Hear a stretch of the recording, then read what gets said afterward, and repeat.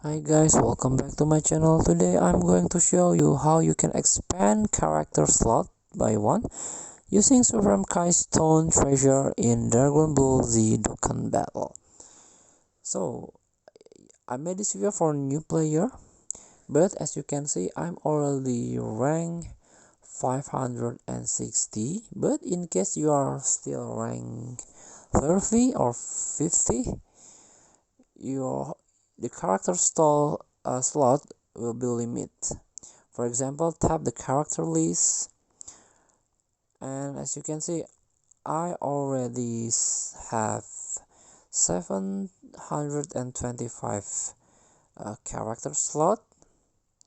You can expand the character using Supreme Kai Stone. For a new player, just tap the exchange button.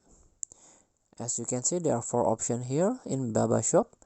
Please tap the treasure, make a shortcut here, tap it, scroll down and tap this battlefield memory, and this one, Supreme K Stone, and this one, character slot +1 and X5. It means you can get 5 character slot